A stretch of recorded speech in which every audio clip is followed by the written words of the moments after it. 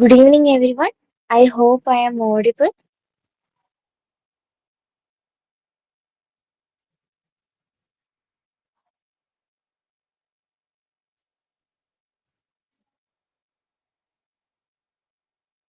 On, on behalf of Biorix, I warmly welcome you all to today's Biorix Expert session. Today's session is titled Exploring Hoverflies, Diversity, Taxonomy, and Biology. Hoverflies are an ecological important group of insects playing vital roles as pollinators and contributing significantly to biodiversity. Today, we will gain deeper insights into their diversity, taxonomy, and biology. It is my pleasure to introduce our speaker for today, Mr. Anooj S S. Anooj S S is an assistant professor of entomology at the College of Agriculture, Vellayani, Kerala Agricultural University.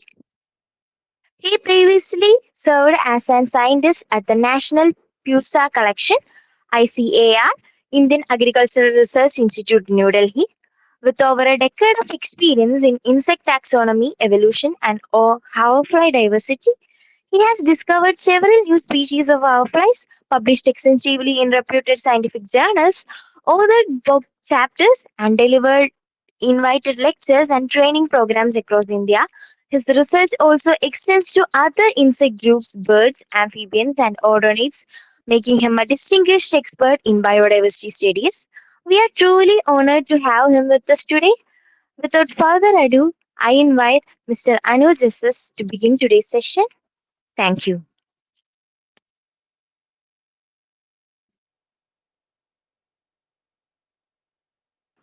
I hope I'm audible to you. Yes, sir.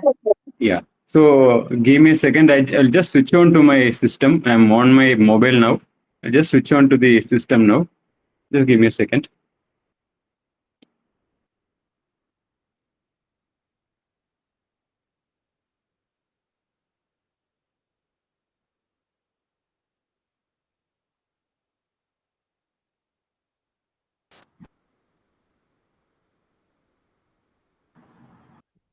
So hope I am visible and audible also for you.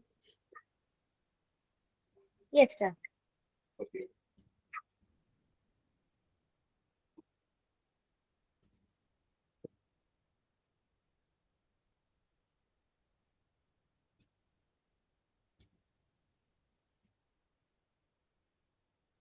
Okay, let me share my screen.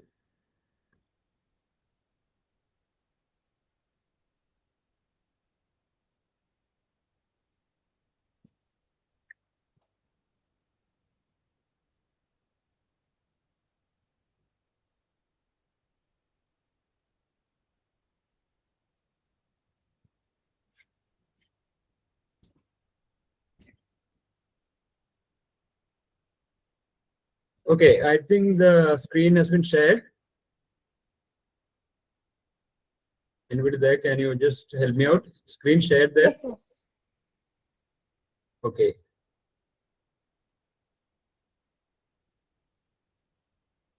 So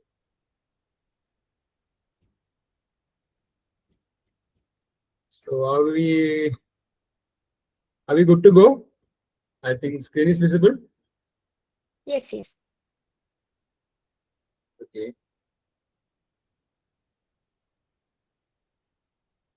Okay, I guess now the screen is visible and we are good to go. Can we start?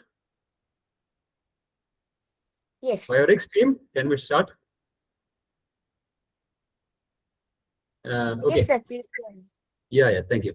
So it's 8:05 now, and we have more than an hour, something like an hour.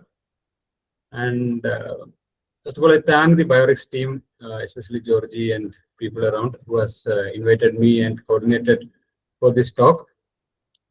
Uh, tonight we are discussing about hoverflies in diversity, taxonomy, and biology. So, uh, I am just I don't know about the audience. We have a diverse audience, I guess. From maybe there are academicians, there are students, there are naturalists, there are nature enthusiasts, there are general public. There may be scientists. I guess there is it's a diverse audience out there. Is it Biorex team? I think we have a very diverse audience there. So I guess there are so many nature enthusiasts over here on the platform. So let me just kind of give you a short introduction. How did I kind of reach hoverflies? Like many of us who are into nature watching, and stuff like that. I was also first fascinated by the birds during our childhood. I mean, during our school days, when whichever camps, nature camps, we used to get from the NGOs around, like WWF, Warblers and Birders here in Trivandrum. So I used to go for all of those camps, and birds were the kind of first things of fascination. It's then switched on to amphibians and kind of frogs, especially, which was again a very amazing group. Then slowly other insects started with butterflies, then odonates, dragonflies and damselflies, very equally charming insect. Then some bit of mantids, and this looking at the nature gave me a flair for taxonomy, and that's how I choose taxonomy as a profession. And when I got an opportunity to work at during my research service, agriculture research service in IARI, at the prestigious National Pusa collection. It was way back, some more than a decade back. So it was during that time I specialized on one particular group, especially flies, which is less of kind of popular, and especially the hoverflies started working. So this has been my transition, and I'm still kind of looking at this the other groups also, like still pursuing my hobby, while hoverflies are my kind of a uh, like a specialized thing. So my point was that, see, mm, we have as kids we had a lot of enthusiasm, we had a lot of interest in us, the natural curiosity we had, and it we loses it over the course of time. At some point of time, we loses it, and we move on. Okay, so the way we look at nature, there are so much of things which we learn from nature. The curiosity as a kid, we will be, if we carry it along with us during our journey. It's very fascinating. And I will like to invite your attention to this particular slide. As you can see, this is a famous sentence from the work of Vladimir Nabokov. I guess many of you may be knowing Vladimir Nabokov. He was a Russian. Russian. I mean, he was a writer, he's a poet, and also he was a lepidopterist, he's a butterfly man. He's worked on lichenids. So you can read it. Must you really take that net with you? Can't you enjoy yourself like a normal boy? So this he has written in his this is a kind of autobiography, that is a speak memory. In chapter 6, he has written this. Must you really take that net with you? Can't you enjoy yourself like a normal boy? So this is a question asked to him. He was from childhood itself. He was a very ardent insect collector, and especially butterflies. And his cousins and his relatives used to ask, whenever you go for an outing, he's out there with a net always. Uh, Even if he hide it also, then people around ask him. This question is not just a silly question. It's actually it actually resonates with many scientists, many nature photographers, wildlife photographers, many nature enthusiasts. So for most of them, carrying their equipment is a part of their obsession, part of their daily life, and uh, and and this the society, and there is a tussle between the society and the obsession of a naturalist or kind of thing. So, and this and there is a tug of war which happens especially during our upbringing time, and it is during those time we quite often leave that net and we move around. So it is always very encouraging to carry our curiosity, or curiosities of our childhood throughout. So throughout, I will try to there are people who are, there are many people, there may be a lot of people who are new to the hoverflies, but they will be very familiar with butterflies, birds. So I will try to create an interest, and this will kind of help us to. Uh, we can't do it everything in an hour, but my attempt is to platter. I mean, is to kind of serve the general purpose of creating an interest. Okay. So before I start, I would like to just give a yeah, show my gratitude to my mentor, who was my mentor during my initial days when I was looking at circuits. I looked at circuits for 1.5 years without any mentorship. Then I met Dr. Kumar Gorpade. Sir has worked very elaborately. He has worked in the Smithsonian Museum. He has traveled throughout the breadth and length of this country, even the neighboring countries, and he is a well-versed taxonomist in Sylphidae. He has made most of the majorly two subfamilies. He has done wonderful, amazing work. He has done, and we published a new species and named it after him. That is Metrodon gorpede. Gorpede. It's an ant fly species, and with remembering him, with gratitude to him, I would like to start this. This species was covered widely in the news also. So we'll discuss so much of exciting things all regarding the species, the group of other species related. So we are ready to go. Okay, so on this thing, what you're seeing is it's a photograph of a busy evening in Delhi. So it is near the north campus of Delhi University. So you can see that it's a road kind of with high vehicular traffic. Okay, students are, it's a sprawling city out there, and you'll be amazed to if I say that the species which I was telling about, this is the Metrodon gorpede. It's a very rare species, rare kind of family, which he found out, which I found out in just in the heart of this hustling city. I mean, if I collected it, I can hear vehicles running to and fro. I mean, that much of a busy city. At the heart of it was this very rare syrphid being collected. Okay, so collecting syrphids or studying them is we always never. It's always not mandatory that we need to go into the deepest jungle or the forest or the highest mountains. You can even do your collections in the jungle nearby at your back doors, at your backyards. Okay, so that's why this slide is important. So if you can look at this slide, there is this collection net. So as far as these flies are concerned, we have to collect them to study them. Most of the cases is not like the butterflies. It's not that popular. Okay, so we need microscopic examinations many cases to identify them. In many cases, so collection is necessary, is mandatory thing, and it's not a crime.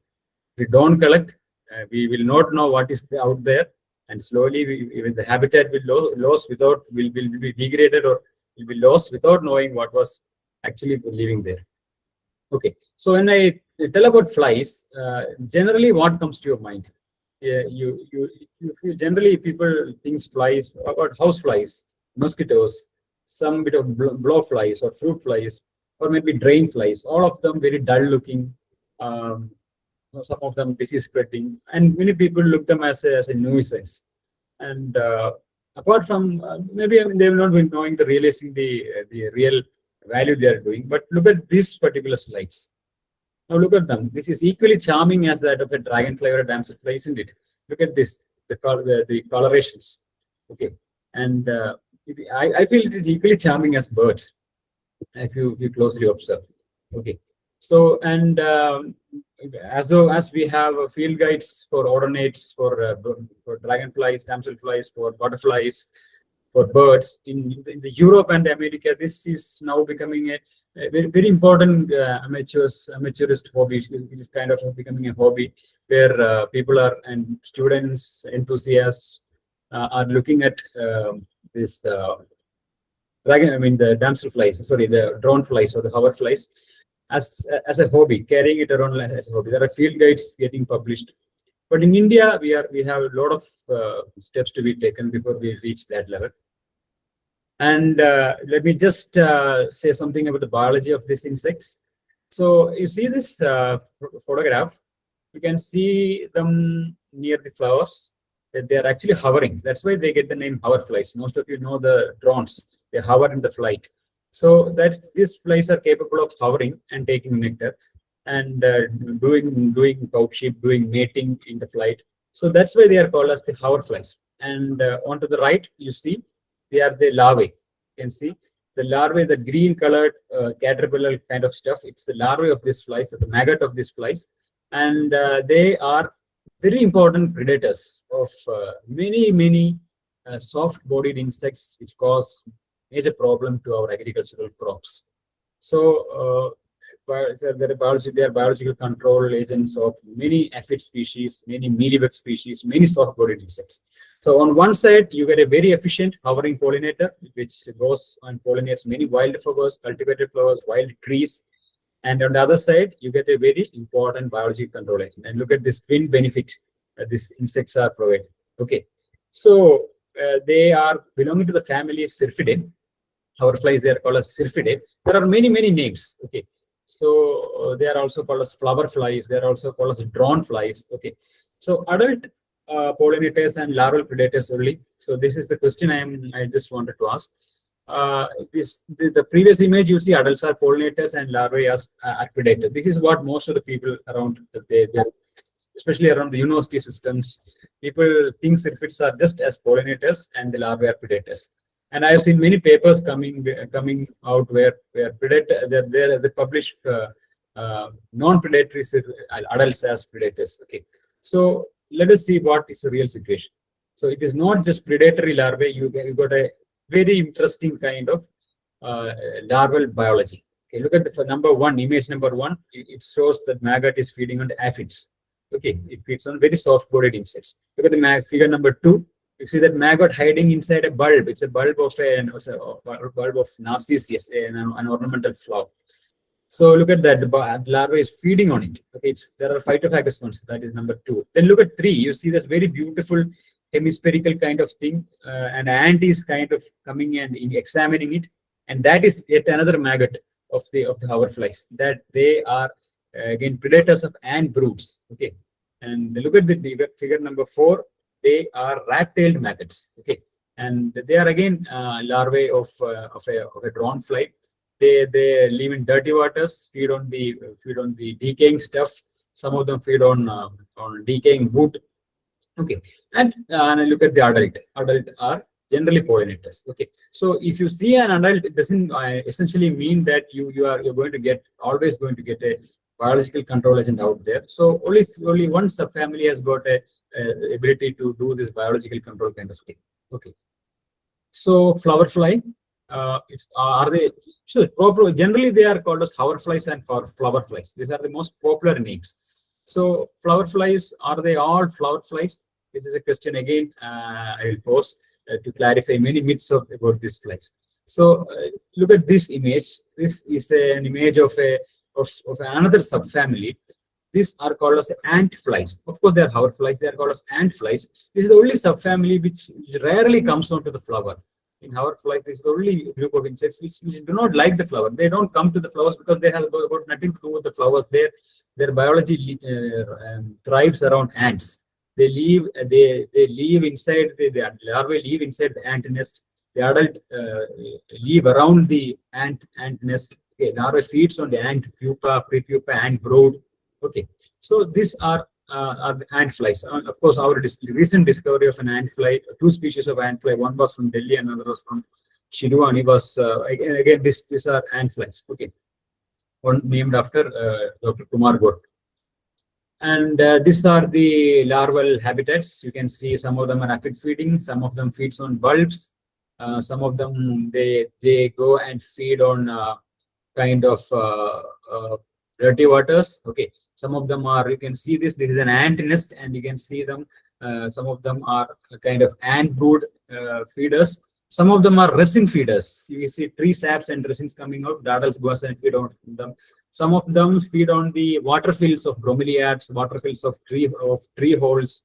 Okay, and some of them generally go and feed on the rotten stuff, the market in nature. Whenever fruits come, will fall down and rot. Some of them feed like that. And very recently, some of them have been reported to feed on the corpus. This was a report from Malaysia, I think 4 or 5 years back. A middle-aged lady's body was found, a dead body was found in a graveyard, in a shallow burial. And when they examined the skull, they found so many maggots of a particular our fly, and now they are getting forensic importance too. And this is the larval biology I was telling. Look at the first one. That's a rat-tailed maggot, and which has got this very long tail just to keep it up above the water level, and they will kind of filter feed inside the dirty waters, feeding on the bacteria and other microorganisms. The second one, you can see the bulb feeding ones. There also you can see this very small. You can see this very small tube. This is a respiratory tube, and they use it for breathing. Here there is an ant. There is a aphid feeding larval biology. Here you can see again this ant associated larval biology. It's again a larvae. So there are so many larval habitats. You can see there are saprophytic, there are filter feeders like the rat-tailed maggots. There are saproxylic, which feed on the decaying wood. There are phytophagous, which feed on the plant material, which feeds on our crop, like the onion, like the narcissus, like ginger, turmeric. Then you have mycophagy. Some of them feed on fungus. And then we have entomophagy, which feeds. Some of them feeds on the aphids, ants, and broods. Okay. And this is another very important, very interesting phenomena of kleptoparasitism. It is also been discovered within a span of 6-7 years. Recently only this phenomenon was discovered. First time in case of this family. That is kleptoparasitism. You see there that the red flowers you see over there, that is called as the sundew, or the Drosera species. It's an insectivorous plant. And you can see a larvae crawling there, out there. You see that larvae. What the larvae is actually doing is that you can see this sundew. They produces the very sticky droplets, which actually attracts flies and other insects. They get stuck to it, and they are digested by the sundew plant. But what this very tricky this Toxomerus bisalis larvae, what does it do means it has cracked this plant's mechanism, and it moves along this sundew's sticky tentacles without being stuck, and it feeds on all the insects which are trapped by the sundew. So that's how it's a first case of kleptoparasitism reported in Syrphidae. And again, this is a recent report of primary parasitoid. No syrphids were reported as a parasitoid, but recently from museum specimens, study of museum specimens, they have come out with a stingless bee mimicking syrphid or a hoverfly, which are which are parasitoids on ant broods. Okay. So, and yet another important and fascinating biological aspect is the mimicry. Look at these images 14 and 15. It is our own study. We recently published, a few years back we published this. Look at how this Monoceramia javana is mimicking this wasp. Okay, so it's very close mimics. So again, mimicry is a very important, fascinating thing about this group of insects. If at all you are not interested in biology, you get a lot of things to study if you observe the behavior of this group of fascinating insects. And in this image, you just see, you feel it very hard to differentiate between a dragonfly or a hoverfly and a wasp. Look at this. Those which are marked with star are all wasp, and the other ones which are all dragonflies or hoverflies. Look how closely they are similar. Okay, so we can easily identify them by practice. If you look at the antenna, we can identify them, and also look at the wings, we can identify them. So for flies, they just have a pair of wings, and there is no hind wings. But for The wasp, you get a very small hind wings. Okay, actually, they have four wings. I mean, one, two, three, four, two pair of wings. But here you get only a single pair of wings. And look at the antenna also. You can easily identify from their antenna. The antenna is generally very short in case of the hoverflies. Okay, and there are many mimics. I'm not going on to that. And look at these yellow jackets, how closely they are resembling with the yellow jackets. So this yellow and black patterns very closely resemble the wasps. And it's not just the patterns, but you get a very close association with in the behavior also. So like how the wasp waggles or moves their antenna, the similar way the hoverflies moves their legs. They keep their legs in front of their head and keeps it moving, just like a like a wasp. Just mimics a wasp's this thing. Okay. It's a co-evolutionary behavior. So from a conservation perspective of thing, this mimetic strategies are very important because they're peak survival strategies. Okay, so just I'm not going into the mimicry, and you already know that there are two kind of mimicry. You get the Batesian mimicry and the Mullerian mimicry. The common Mormon and the common Rose. The common Rose and the common Mormon. You all know that how the common Mormon resembles a toxic common Rose. And that's what Batesian mimicry is.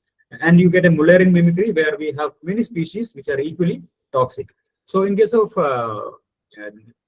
in case of the hoverflies, what you get is generally a Batesian mimicry where the hoverflies are very harmless, very unpalatable, and they resemble the wasp, and that's how they get protection. That's why we get Batesian mimicry quite common in hoverflies, but there are Mullerian mimics also. Okay, and now there is another thing in mimicry in case of hoverflies. There is perfect mimicry and imperfect mimicry. Some of them, look at this image. You can see this one. The first image is a hoverfly, and look at how close, how exactly they resemble a wasp. They'll keep their high front legs like how the wasp waggles their front legs, and they are very perfect mimics. But look at this last image. They generally resemble a wasp, but they are not giving a perfect resemblance. They just kind of give a general resemblance. Okay. So that's how that are the imperfect mimics. Okay. So, and you get behavioral mimicry, and there are reports which says that behavioral mimicry are kind of augmentation to the what is called as the structural or the morphological kind of mimicry. That's the Batesian mimicry. Okay. Then there is another interesting phenomenon that is the chemical mimicry. I'll come to it, but there are few interesting papers which I came across. For example, this was a very classic paper published in the American Naturalist. It's a very high-rated journal, where you can see the behavioral mimicry is directly related to the mimetic fidelity, that is mimetic precision. Okay, more the morphological precision, more is the behavioral precision too. Okay. For example, if you look at this image, in most cases, if you see the lateral images, most cases you can see the front legs. Look at the front legs. The front legs of most of the lateral images, you can see the last part, the tip ends of the legs, what we call as the tarsus and the tibia. That ends, it is very pigmented, darkly pigmented when compared to the other legs. So that means that this uses this darkly pigmented part of the leg of the front legs just to waggle or just to mimic like a wasp. So that's how this morphological mimicry is highly correlated with the structural mimicry, or the behavioral mimicry is highly correlated with the morphological mimicry. And this is yet another very interesting mimicry, that is a chemical mimicry, where I was telling about the ant nest intruders, the ant flies. Some hoverflies, they live inside the ant nest.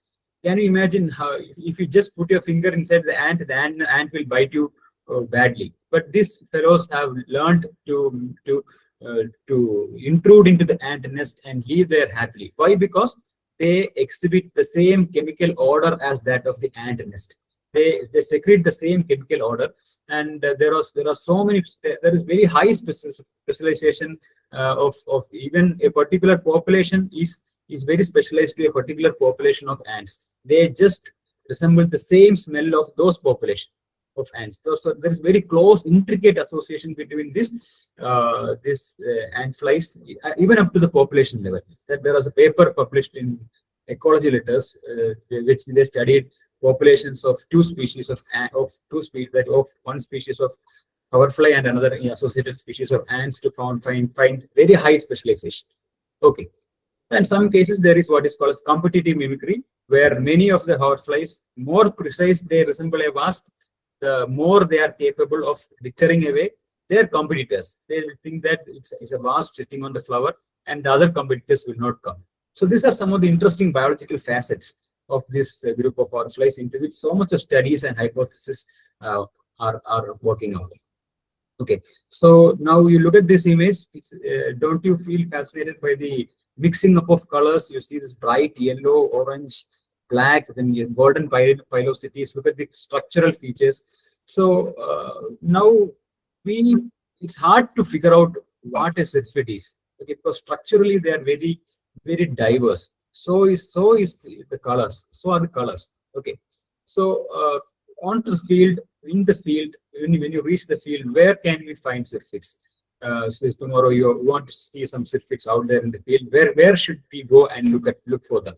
So primarily, when you go for a trekking in the forest, where you go for a nature watch, uh, primarily look for sunlit patches where you have wetness. I mean, you generally do it when the season is good. You have wetness and you have sunlit patches inside a forest area. These are very good patches where you can see syrphids. They use it to display themselves to attract the mate. Then meadows. Meadows are yet another very important habitat where you can see so much of syrphid. If there is massive bloom of meadows, I mean weeds, even the weeds around us, where massive blooming is a very important area. Then hilltops. High elevation hilltops are very good area to see syrphids, because the males have a habit of flying towards the hilltops and then doing the display, and the females come around. Then streams, many of them are saprophytic, and many of them are feeding on rotten wood, rotten plant materials on near the streams. So streams, swamps are very good places. Lake shores are very good places, and even your city gardens are very good places. When I go for collections, when we reach a new place, the first thing, generally many times when our accommodations are near inside the city, the first thing we do is to explore the gardens around. The gardens around are again a good source. If the garden is not that much of toxicated with insecticides and pesticides, then they are also a good area to look around for hoverflies. And of course, agricultural fields.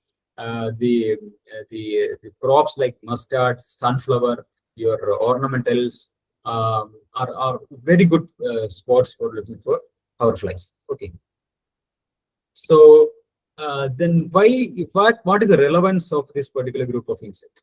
So many of them are biological control agents, not just of aphids or soft-bodied insects.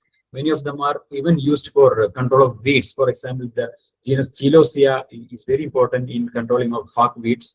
Then then the group of hoverflies are very important pollinators. Some of them are very important quarantine pests.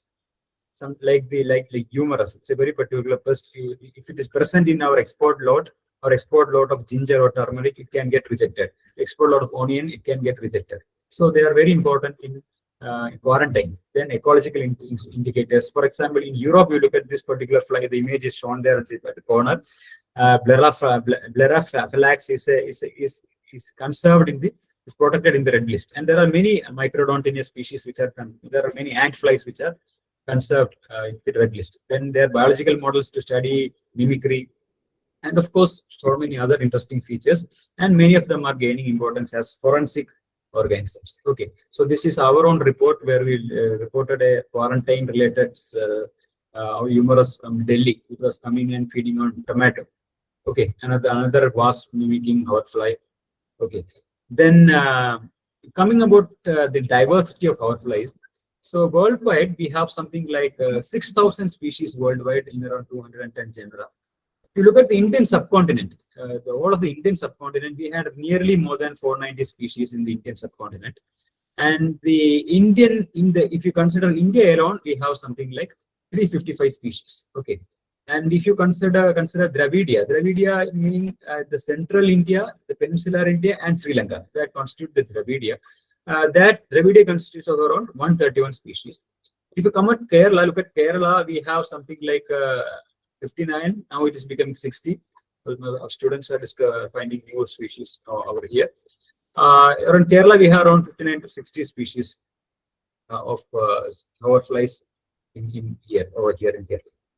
Okay, now after knowing about the diversity, some bit of its biology and morphology, let us see where do they fit in when we look at their what do you say, uh, their taxonomy, the classification, where do they fit in? So generally, if you look at flies, there are two major groups, suborders we can say. Generally, there are two major divisions.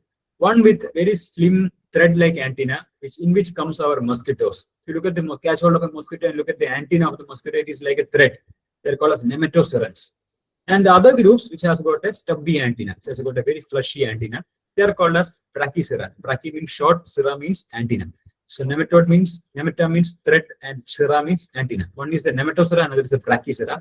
And syrphids are brachycerans. They have got a very stubby antenna. And in brachycera, you have two classifications. One is orthorapha and another is cyclorapha.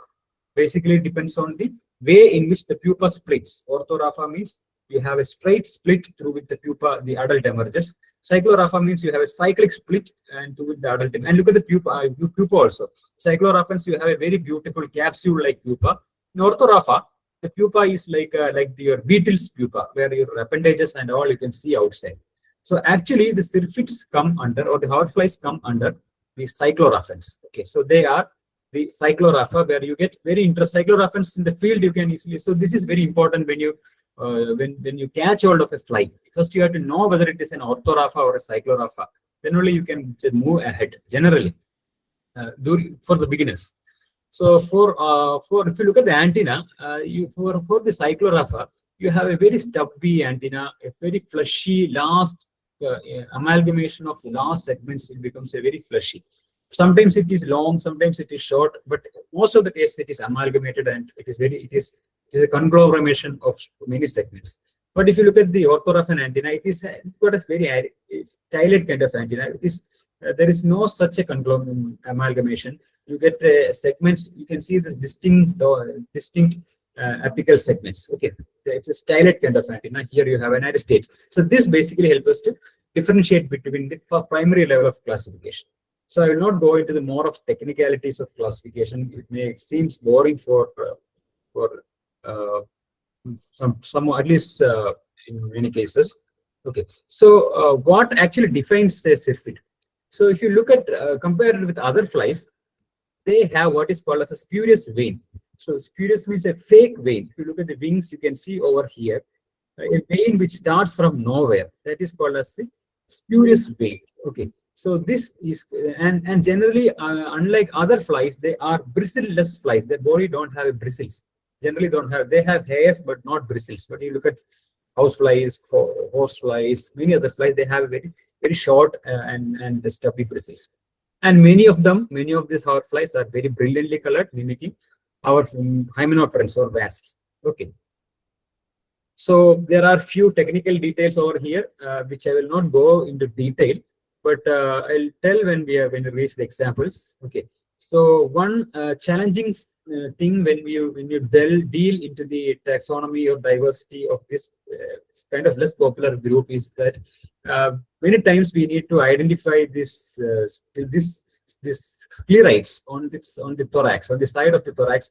You get many sclerites, and the features of these sclerites are very important to identify them. So I will not fully go into start describing these features, but we will cite the examples when we go into the examples. We'll come to know. Okay, so these all are technical terms which are important to delineate the species. Okay, this what you see is this image. If you look at this fly, this is thorax, and on over here on the lateral side, the pleural side, you get many sclerites, which is depicted here. The sclerites are very clear in this image.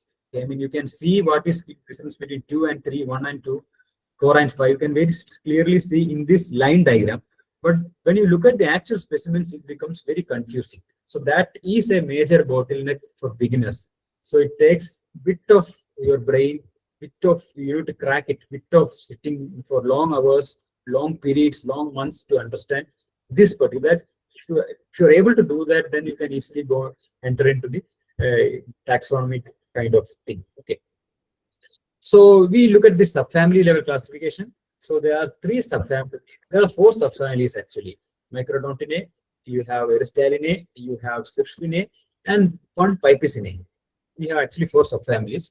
And Microdontinae are also called as the ant flies. Okay, they're ant flies, and it's because I told you they are broad predators of ants. Okay, so they can be easily identified by this particular vein. You can see a very interesting vein over here.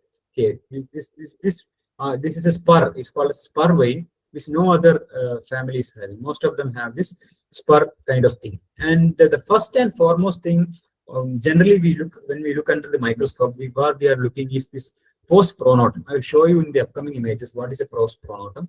And next is the subfamily is an Aristallinae.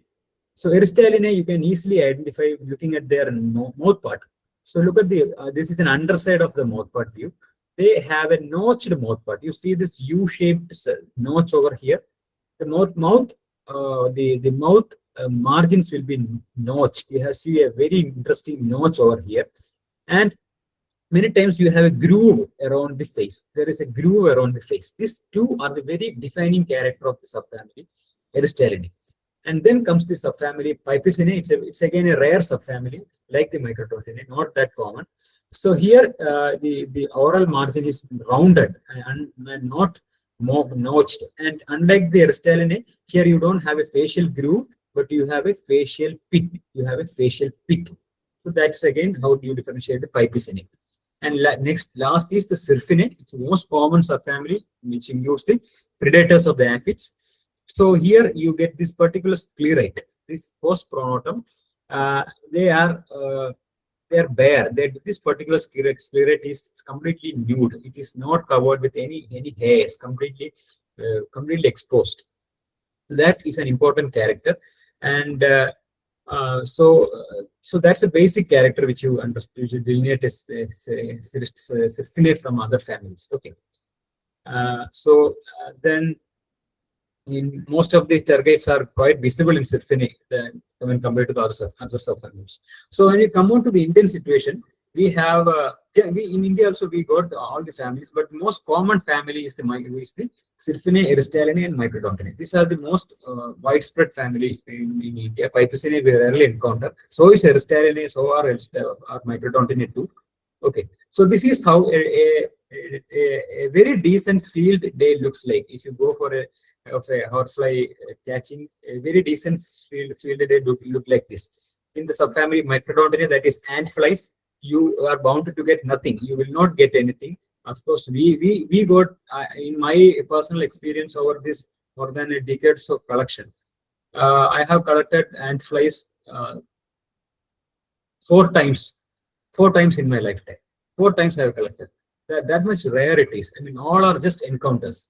Then if you go into the Aristallinae, you get some bit of species.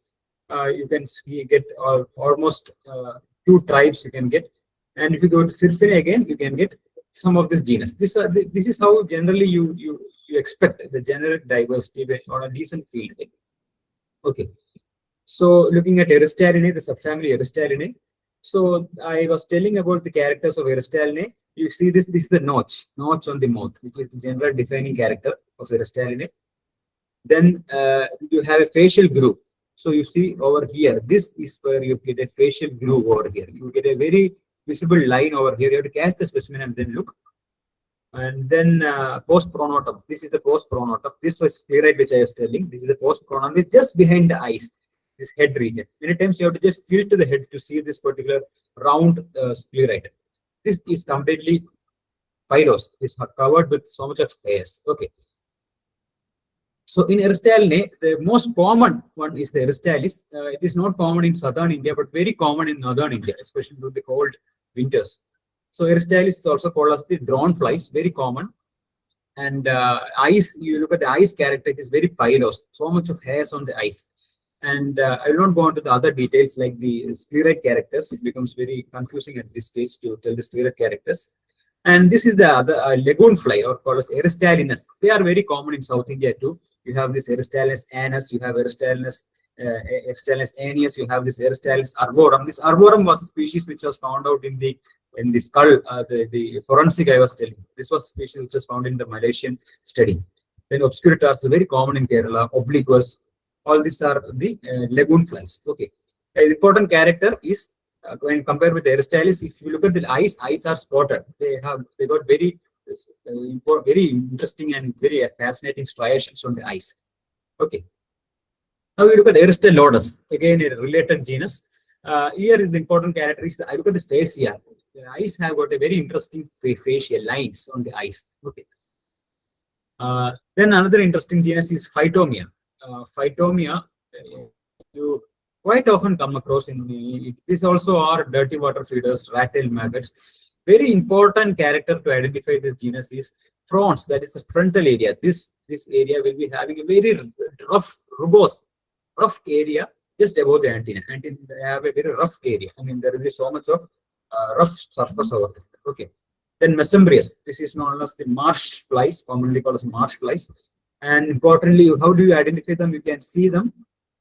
The hind femora, look at the hind femora, it is very bulky or like a grasshopper's bulk. And you have a marginal cell. This is the marginal cell of the wing. The marginal cell generally is closed in most of the genus. So here you get a very open marginal cell. Okay, that is another generic character. Volucella, it's a very interesting fly. They are called as the sift flies, and they fly very swiftly. I have got so much of very interesting field experience with these flies.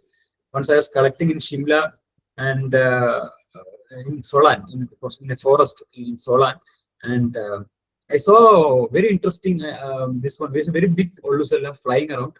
I collected one, bottled it in my jar. Then I saw another very interesting one coming.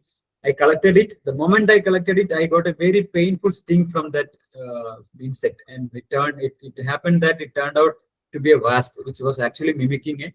It was not a horror fly; it was actually a wasp.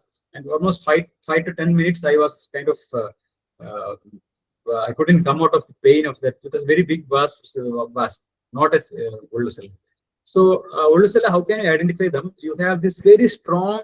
This you can see, it's a very recurrent vein. This recurrent vein, no? The fourth vein is recurrent. It moves backward. Most of the veins always move forward. You have this vein which moves very sharply backward. Again, an important gender character.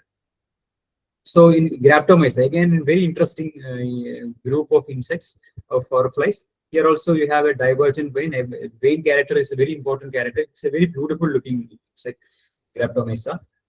Then humerus. Humerus are technically, I mean, scientifically, economically very important because many of them are quarantine pests. If you see them in your export lot get rejected. You do not enter Australia or Europe. All those countries, this insect is banned from entering their ports and their in their boundaries. So here also you get, again, the wing character is very important. You get a distinctly angled posterior cell. You can see very distinctly angled posterior cell. Okay, so these are some of these photographs. Cyrita is called as the compost fly or the dung fly. Very common in the rainy season, along where things are rotting, along your compost pit. Say in your agricultural fields, in the homesteads, you apply cow dung. You are bound to see this insect. You will see it if you are applying cow dung. They will come onto the cow dung. So here, look at this important character. Here, the hind legs, the femora is very incrussate. That means it is having very bulky hind femora with so much of spines on it, ridges on it. It's a very important character of Cyrita or the dung flies, very common. That's about the Aristallinae. Now we enter into Syrphinae, where we generally get around 214 species in the Indian subcontinent. And as I told you, it's the most common kind of flies we see around in the agricultural fields because the larvae are predatory on aphids. An important character is the post pronotum. I mean, that particular small sclerite you present over here, just behind the head, you have just tilt the head and look, that pronotum, that small sclerite will be nude or they'll be bare. Okay. So Ichthydon, many of them who are into the biological control or agriculture, you may be knowing about Ichthydon. Ichthydon scutularis, they are very important predators of aphids. Okay, So very common in the agriculture field. So there are so many important features. Uh, Look at this lateral mesonotal margin. This mesonotum, that is this particular target on this notum, on this scleroid, we have a very bright um, margin, yellow margins, and there are few other hairiness characters which determine their genus level characters. Then paragus, again very important insect, very important in managing aphids. Look at the eyes. Very interestingly, you can see row of hairs on the eyes, row of hairs, parallel hairs on the eyes. Very interesting character. And the scutellum. This is called as the scutellum, where you get the after the thorax, you get a very small half moon shaped structure. Scutellum. Many of them will be having a serrate scutellum. Okay, and there are some facial characters which are which we find out in paragus. Okay, very common in around, if you look around, even in the summer, very common. Didiopsis, again very common one. Very easily you can identify them. Look at the wings. They have this very dark pigmented wings. Very less hourflies have this dark black band on the wings. Very easily you can identify them. Then also based on some hair tuft patterns on the coxa, that is on the leg beginnings of the leg. I mean where the leg attached to the general body. You can see the some of the characters of Didiopsis. Very important group of insects. Then melanostoma. All these are tiny. Very melanostoma is a very tiny. It was and pollinates very small flowers. Okay, but very common.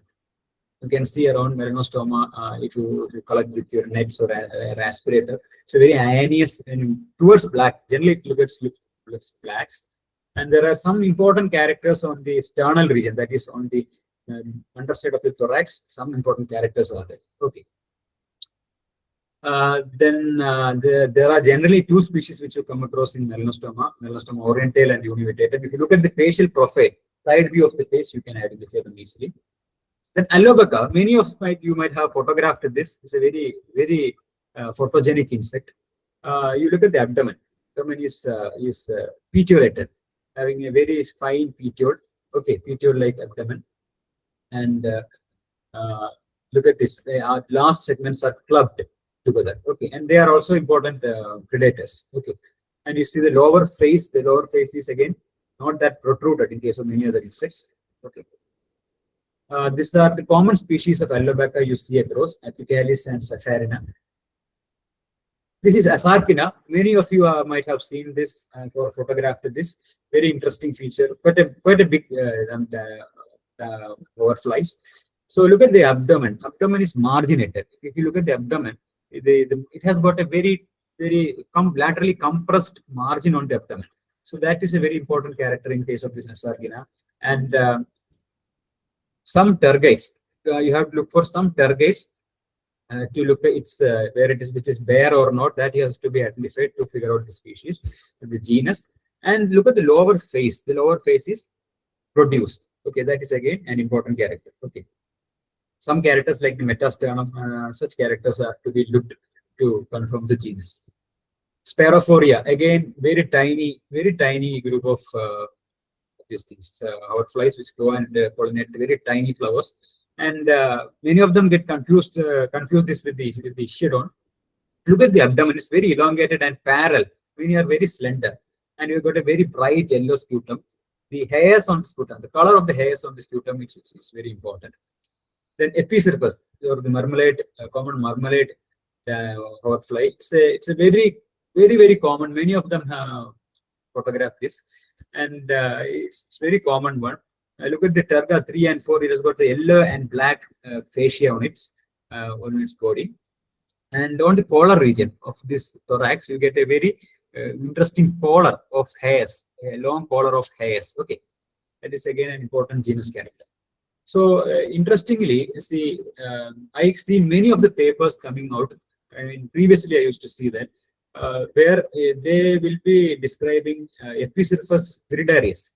This is a very common widespread species throughout the mainland, throughout the plains.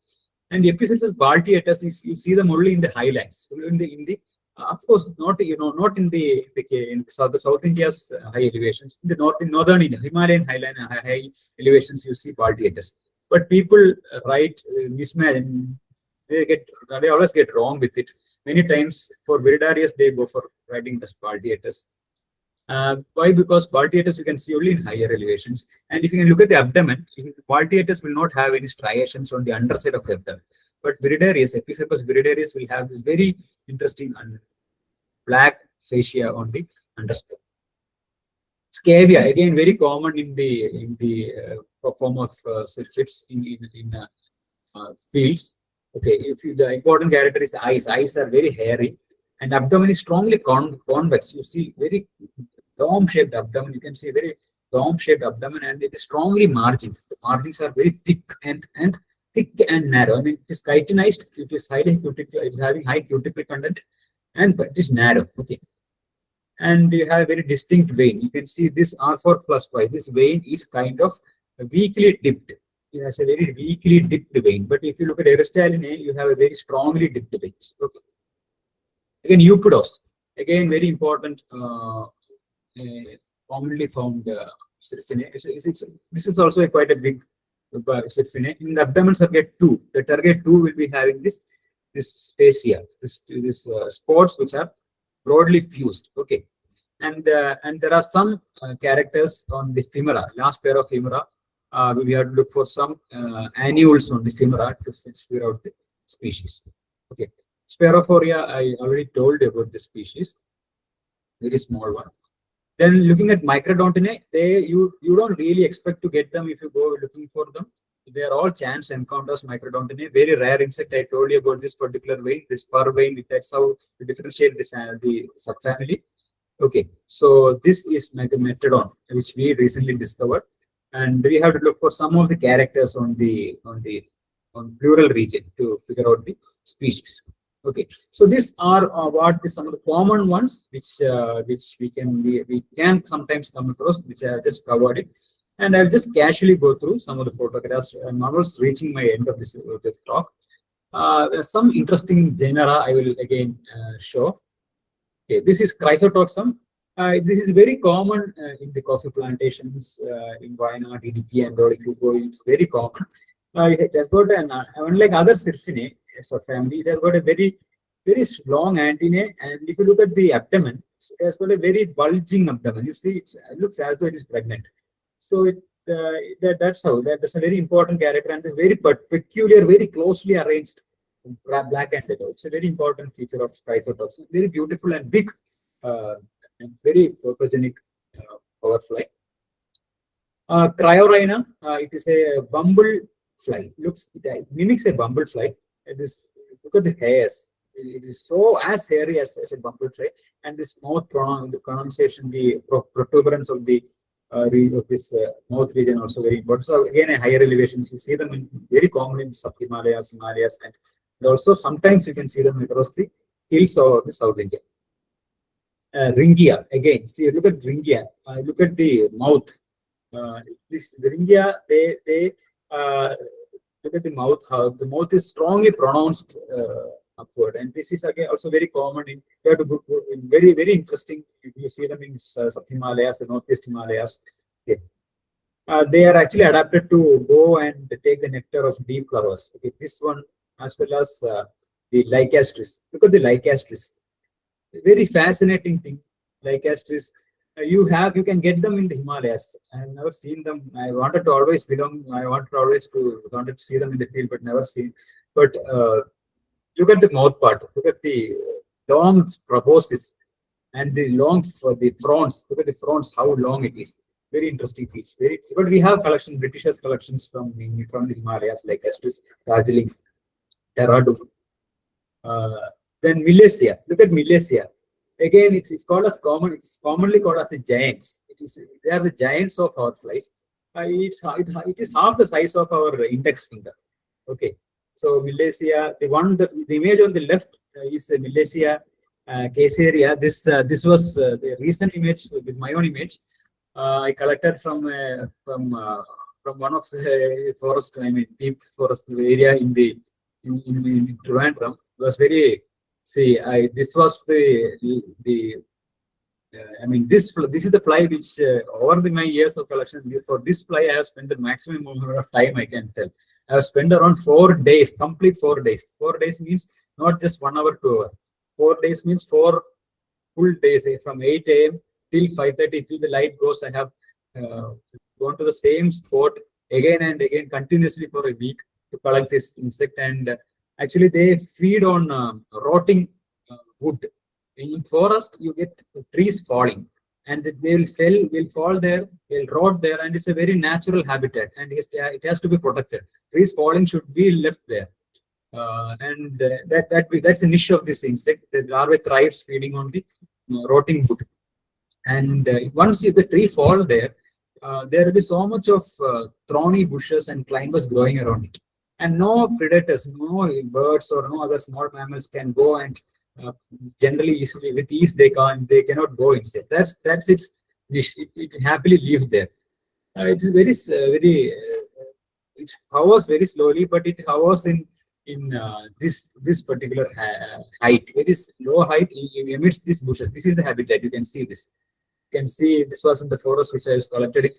I was collecting it. So look at this. The tree has fallen. So it was a very long, big, huge tree, and you can see this climbers, thorny climbers growing around. And it was hovering over there, and I was literally crawling through these spines, getting wounds all around my skin, collecting this insect. And the last fourth day only I collected this. And interestingly, this was coming on to see. We always carry killing jars, which will have cotton stuffed with the stuffed cotton wetted with ethyl acetate. And interestingly, this one and also the Volucella, they always are getting attracted to the smell of the killing agent. They come across and hover sometimes around us to attracted by this ethyl acetate smell. So then we have Syriana. It is called as a wasp flies, very closely resembles wasp. And you have a very similar species genus, that is Spiximorpha. Both are very confusing, but you can easily identify them. Syriana, you have this antenna. You see this antenna is arising from a stalk. Okay, this is actually the extension of the face. A pedicel, I mean not a pedicel, it is a frons which forms a stalk. The face, the head region extends, and then comes the antenna. But in Spiximorpha, you don't see that. Okay, and it has much more of thinner belly. Belly is quite thinner. So to conclude, and we in India, we have a very blessed region. See, if you look around, the blessing of India is that, see, if you look at the Himalayan region, the sub-Himalayas, up to the Punjab, maybe up to here, the Uttar Pradesh region, Delhi, we see you get a very Palearctic kind of fauna out there. So you get many of the fauna which you can see in the Palearctic region, okay, which you can see in the Palearctic part of the world. You can see in India also. Okay. I mean, many Eurasian species you can see about these cold regions and plains. And when it comes to the southern India, we have the endemically rich Western Ghats. So in diverse region in India, there is so much to be done still now. And there are so many elusive groups, like what I was telling about the Lycastris, many Millacea, many Cryorhina. So many which are very elusive biology. We don't know what actually their larvae is doing, where are they living, where are the adults. We really don't know how much we do the efforts. We can't we really encounter them. So much of elusive groups are there which need to be caught and studied. Unknown natural history. So we don't know many things unknown about their larvae. Many of the larvae, what they are feeding, where they are living, we really don't know. So that things has to be done. We really have to do so much study on that. Potential biological control agent, only few are being explored as a biological control agents and pollinators. So much potential is there to explore them. Then so many of them can be taken as a flagship species for conservation, like what is happening in Europe. So many Microdontiinae, they're considered as threatened and endangered species. So many are still in Indian candidates. There can be so many. And there are so many potential pests also, which needs to be addressed. Okay. So these are some of the future lines. Their taxonomy is unresolved in many groups. Many of us can work on that. Conservation aspect, the nascent situation in India, very bare work has been done. It can be done. Distribution map, again, poorly worked. So many mapping has to be done because we don't know about the distribution of many species. The pollination behavior, again, poor work. Mimicry, again, poor work in the Indian region. Biology, absolutely very less work. And the online database is also not that strong. If you go to INET or other citizen scientist group, we don't have so much of photographs coming up. So there are few literatures. I can share it, and if you can contact me if you want. So my point with this session is that, see, there are so much of works which can be done.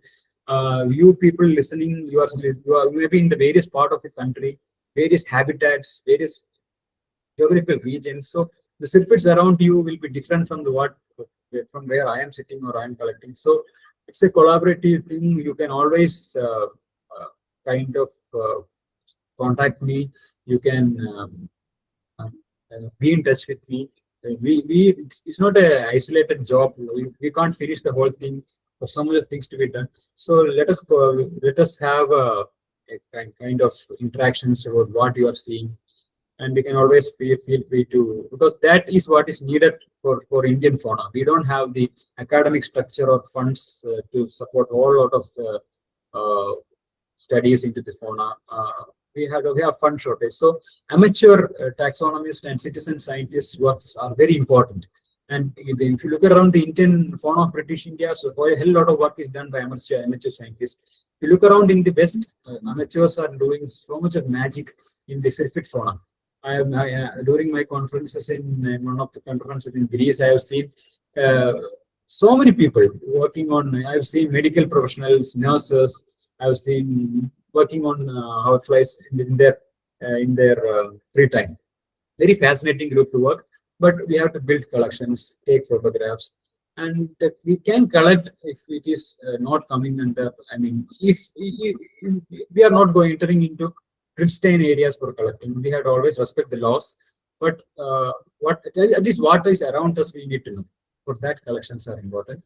So all of you can feel free to contact me. I mean, I'm always, we can share literatures, share specimens, and that's how only we can. That's the realm of knowledge of today. And with this, I will wind up, and maybe I can take questions.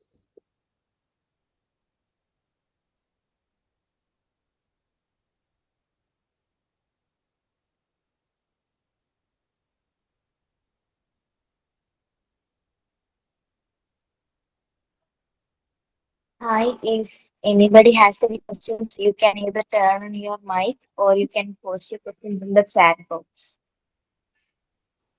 Hello, sir. This is not a question, but Yeah. I do post on iNaturalist. And one time I saw a hoverfly. I thought it was a bee at first. Yeah. It was on a small flower. So I Okay. posted the picture, but and then I tried to compare it.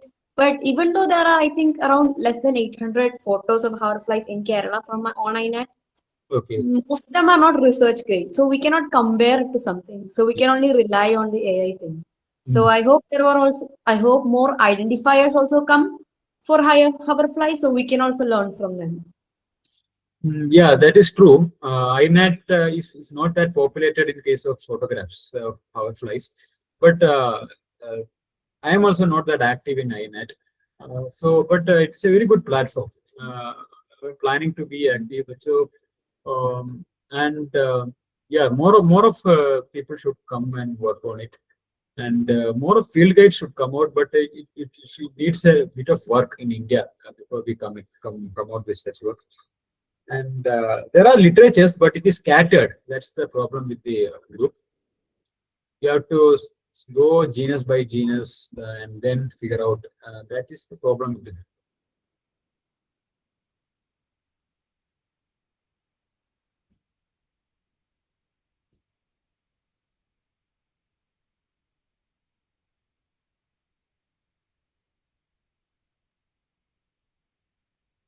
So there is a question by Raj Chowdhury. Wonderful session. I have one question. What major threats does insects are currently facing, and how we can contribute to their conservation? So the current threat faced by insects, you see, the habitat destruction is one of the most important threat faced by the insects. We destroy a habitat, and we destroy a lot of insects. You convert a Greenland into a concrete jungle, it becomes very detrimental for many insects. So habitat loss is the major thing when we look at insects. Then, of course, the general things which we talk about, like the contamination by pesticides, the the light pollution, and the general things we come across, they are all reasons for habitat. I mean, for the insect decline. And climatic features, climatic aberrations are going to be a game changer because you see, climatic aberrations are causing catastrophe. Catastrophes are causing, I mean, aberrant weather events are causing catastrophes. These catastrophes can cause habitat destruction. Okay, and that can cause massive decline. So that is now picking up. I mean, thoughts on that.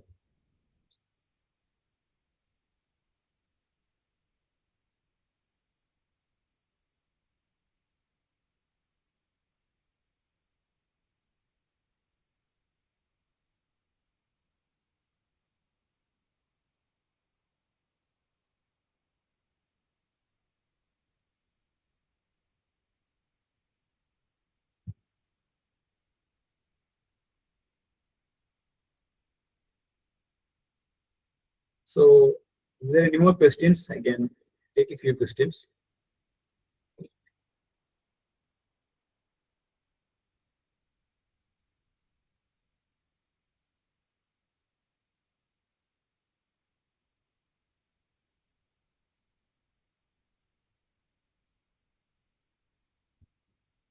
So somebody has just asked to share the contact slide. I will just share it here.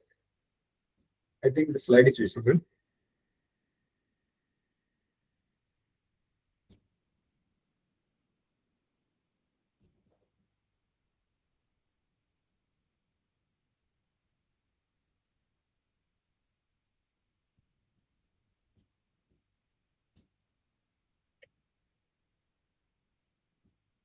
And they'll put this in the chat box.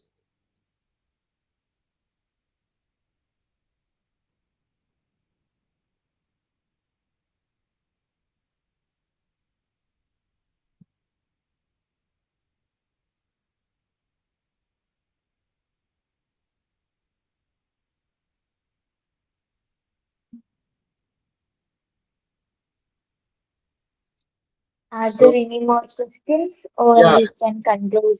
yeah.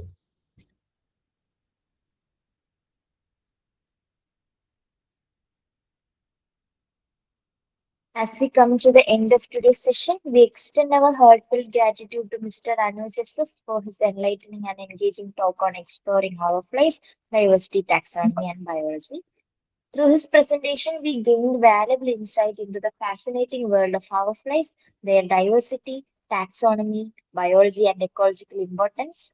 His expertise and passion for insect biology have certainly broadened our understanding and appreciation of these remarkable insects. We also thank everyone who joined us and actively participated in today's session. Your enthusiasm and curiosity continue to make Biorix a vibrant and growing scientific community. Before we conclude, I would like to remind you about tomorrow's Biorix Biotalk session. We are delighted to welcome Ms. Melina Menon, a PhD scholar at University of Kerala, who will be delivering a talk on impact of climate change on plant diseases. Join us tomorrow, 19th July, from 7:30 p.m. to 8:30 p.m. as we explore how climate change is influencing plant health and disease dynamics. Also, I want to remind you that the registration for biotalks are still open. So, if you are passionate about any topic in biology or life science, this is your opportunity to share your knowledge and lead a session with Biorix. Interested participants can register through the form shared in Biorix WhatsApp group or through the link available in our Instagram bio. With that, we officially conclude today's session. Thank you all for joining us. We look forward to see you again tomorrow for another exciting Biorix Biotalk. Have a wonderful evening. Thank you. Thank you, the Biorix team.